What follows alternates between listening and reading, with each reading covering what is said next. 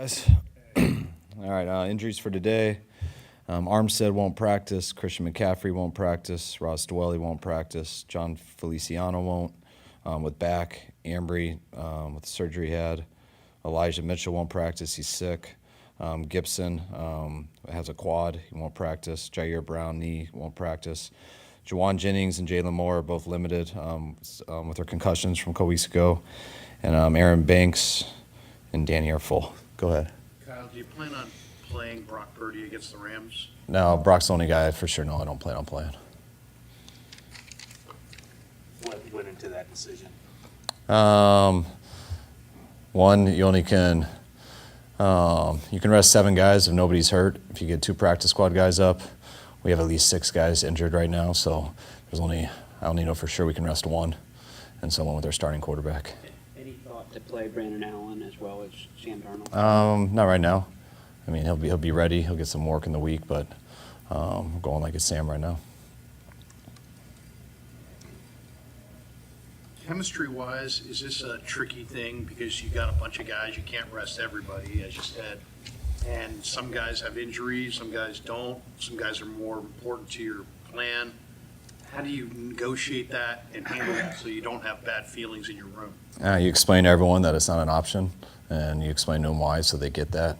And it's pretty easy to understand when you got to dress 48 people so you only can pick 5, and you have more than 5 guys injured. The guys who are injured are already not playing. So how many other guys do you get to pick? I can pick 2 up from practice squad, but that's all. So unless we start cutting a bunch of players, there's no other option. So guys got to be in uniform. They got to be ready to go. It's nice with Brock because he can still be in a uniform and not count because he can be the 3rd quarterback, which if that happened, we'll decide whether to put him in uniform or not so he could go in and hand it off if that happened. But you just got to explain it to the guys. And also, it's, you work hard to get a off week in this league. I think off week helps a lot of people, especially if you handle it the right way and stuff. And just this time of year, it allows guys to get a little fresher and stuff, which you don't want is 2 off weeks. No one gets 2 bye weeks, and we earned ours next week. We just didn't know we were going to do it already. So we got to make sure we get something out of this week. And we've been in this situation before where we earned a bye week. It was in 2019. But we didn't know we earned that until about 8:30 at night on the last play of the game versus Seattle. It was the first time it hit us. When the play before that, we might have been playing that Saturday. So we were very thankful we earned that. We need that rest, and we got it that week. Yes, we're in that situation, but we already know we're there. And so that's why guys' minds got to be right this week. 2 bye weeks isn't good for anybody. And that's why this isn't one. And I know all these questions. Those are things you first think of. I do, because I didn't expect to know this Sunday night coming back on the plane. But once you do sit and the reality hits and you think about it, you look at how a 53-man roster works with 48 guys and only allowed 2 practice squad flexes. You realize, 1, it's impossible, but 2, it's also not the best thing for the team. So which are you more willing to live with? The chance that someone could get hurt who's very important to you, or the possibility that your team would be too rusty and not ready for that first game? It's not about the rusty. It's about, 1, how you pull off a game. Rusty isn't always about the game. Rusty is how you treat the week. And the game is how you treat the week. Game's 3.5 hours of, to me, what unfolded throughout the week, and then you just get to cut it loose. So that you got to play accordingly. You got to watch how the game's going and be as smart as you can. I also think people win in playoff games because you're a team. And yes, good players put you over the hump and everything, but you want to rest a good player, go watch what happens to all the other role players. You lose your whole role players before you go to a playoff and you just depend on your quote-unquote good players. You're going to be a lot of trouble there too. So it is what it is. Our goal is to get better this week. Our also goal is to not have anyone injured, which we're going to, but both of those are at risk. We're going to work our hardest to do it, but resting the obvious ones sometimes can be the reason you lose, because you lose all guys that you need to win that game. What allows big players to kind of do stuff that put teams over the hump that fans can see is a lot of what happens with all the other guys who do a lot of the dirty work and stuff that give you a chance. So everyone's so important when you go through a playoff run. So What is the practice plan for Brock this week? Brock, I mean, we're treating this as a normal week, so this is a normal Wednesday at this time of year, which means we go half speed on everything. We don't do anything full speed this time of year on a Wednesday. Brock will get half of the reps with the one, Sam will get the other. I want our team to treat this week as Brock going down on like the first play of the game. Now, that's why I want them both repping it. I want Brock to get some work this week, and that's something I'd like us to be ready for if that unfortunately did happen. Thursday, when it's all full speed, I'll probably give Sam majority of them. We'll talk about that after today, and Friday we're back to walkthrough. I did truly comprehend everything you said. I'm sure. Might it be good for 35-year-old left tackles to have two bye weeks? No, I don't think it's good for anybody to take 2 weeks off. So, not at all. We should see how Trent was when he came back after a month off, or 3 weeks. It's not good, but we'll see how the game goes and everything. But his mindset this week's got to be that he's getting ready to play. It's obviously the amount of players that you have as opposed to what you have in the preseason and the way you're approaching this game, it's dramatically different. But in terms of the game plan part of it and what you're going to put in and use without divulging anything, is that preseason-like? I mean, yeah, there's a good chance we're playing this team in 2 weeks, so I think both sides will be pretty vanilla on that. I'd be surprised if there's too much stuff, but we also know each other pretty well, both teams and the schemes, and when we play each other, I don't think a lot goes into that anyways. But every game affects the next game, so we've got to be smart how we do everything. You're not really preparing for the Rams, but how have they improved as the season's gone on? We're preparing for the Rams, big time. We could see how good they could be in week 2. Anytime that you have a quarterback like Matt Stafford, who is as good as anyone that I've ever studied, and anytime you have that, you always have a chance. I mean, he's always that guy. But where they've improved the most is how much their run game's going. It's as good as any run game in this league.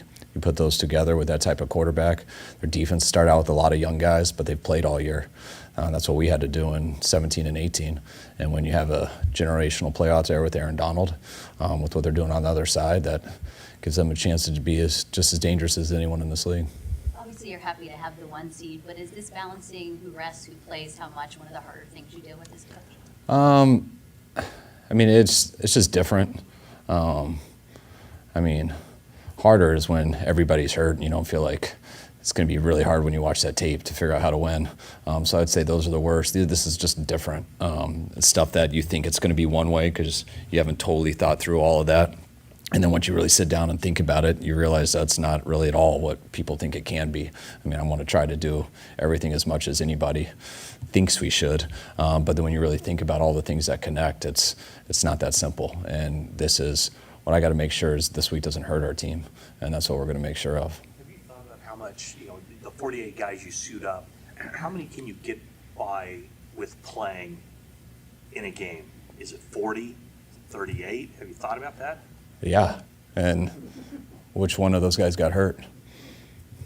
That's why there's no absolute. You can get by with 22 if I'd say 1 out of 1,000 times. But I mean, like, it just all depends how something plays out. I mean, it wasn't until a couple of years ago they allowed an 8th lineman to get up. And if they wouldn't have had that new rule, we would have done our last 3 series at Baltimore with Charlie Warner playing tackle. So, I mean, that stuff happens. I mean, we went 20 years without having to play a third quarterback, and then all of a sudden it happened, an NFC championship game. So, when we were in Atlanta, we went all year only dressing 2 running backs, and that didn't hurt till the Super Bowl when we lost Devin for the whole game and Devontae was hurt. So, like, it's all risk, and that's stuff you got to balance out, and that stuff you got to be ready to see how it goes. But it's, man, you got 5 receivers up. You want to sit a couple. Well, how do you get practice squad guys up? You can get 2. Well, we also have a corner down in Ambry who had surgery. We had Gipp, who probably won't be able to go with his thigh. Eric Harris is out of practice squad. So get another. We're already down to Logan Ryan. So do you go with 3 safeties? Or do you cut people to get up an extra practice squad guy receiver? Christian probably not going to be able to go. Isn't. So do we go with 2 backs in that situation and just ride one, or do we flex one of those practice squads and go with one less safety and one less corner and only have 3 or 4 there, which maybe could work unless someone gets a cramp. It's everything. So I wouldn't waste your guys' time learning it. Just like I don't waste my time learning all the injury names for Eric. But it's not easy. There's a motion you do mostly with Christian, but sometimes with other guys. It's kind of like a shuffle to the side that looks, I don't think a lot of other teams in the league do it. What are sort of the benefits of that motion where he sort of might end up in a weird position behind the line, and what are the drawbacks of that? Just watching how it moves the defense, getting people out of positions, watching people's adjustments, how they're going to treat it. When people haven't seen it before, then it's cool, but then they see you do it, so they adjust to it, and you see what that does to people, and does it help something and open up another, but it's just about getting people to move. You mentioned Gibson may not play this week. Is there any concern with him or Feliciano? Those are kind of the 2 new additions here. No, Gip ended up, I think we got yesterday, he had a quad strain. So, that could be anywhere 7 to 10 days. So the odds aren't, that can heal faster too, but just with our situation, the odds aren't there. And Feliciano, new thing came up, but and we feel pretty good about it. So we'll just see how the week goes out. You guys have 6 return to IR designations left. Is that on purpose? Did you guys resist putting some players on IR just so that you'd have a lot heading into the playoffs to use? Well, also, last year we ran out of them. We didn't think we'd have them all, and then towards the end of the year we had to, I think, decide between Ridgeway and Jimmy, and we ended up losing Ridgeway because of that. So we wanted to make sure. We didn't want to do any just to do it. Sometimes you got to do it because it's close to that time, and you got to help get other guys on your roster. But we didn't have as many of those situations this year, so we got extra left. But that does help you when guys do get hurt. It just allows you not to lose them, so you can get someone else on your roster. In a way, is this more stressful for you to coach a week like this than if you needed to win this game to clinch? No. Yeah, no. This is just stuff that's a little annoying to think about, but once you kind of do, which, we had time to do that the last couple of days, and I just had to talk to some players so they understand it, then we're good. We're going to enjoy this week. With Pro Bowl stuff coming out officially later today, can you kind of just put in perspective? You're supposed to get a slew of guys probably today. You came into this franchise and there were none in 2016. Just how you and John have built this roster to this level. I just think it's been real cool that most of our Pro Bowlers, I feel like, have come from here. I know, we brought in Christian, we brought in Trent, but it was just cool watching some of these guys who we go back and watch playoff games from 2019 and stuff, and you just see rookies out there, second rookies with Greenlaw and Debo, and second-year player like with Fred, first-year player with Bosa.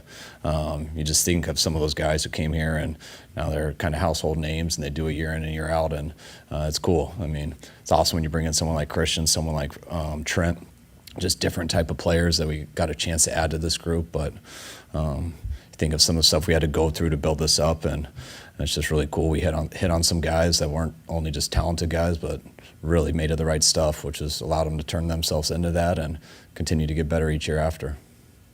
Kyle, as we end the Walter Bean Man of the Year voting, what makes Eric just so deserving for his leadership on and off the field after 4 nominations? Just out. He does it day in and day out, year round. Like, I didn't even know about all this stuff till I've been here long enough to where I gradually hear about it, and he doesn't do it just for everyone to know about it. He does it because he has a passion for it. I know how, with where he's from, being close to here, and how much he's helped for that area. I know Eric truly loves it, is truly a great person in that way, and I know how much all of our team looks up to him in that way on kind of handle all social issues and just really how to be the best person you can. All right, thanks, guys.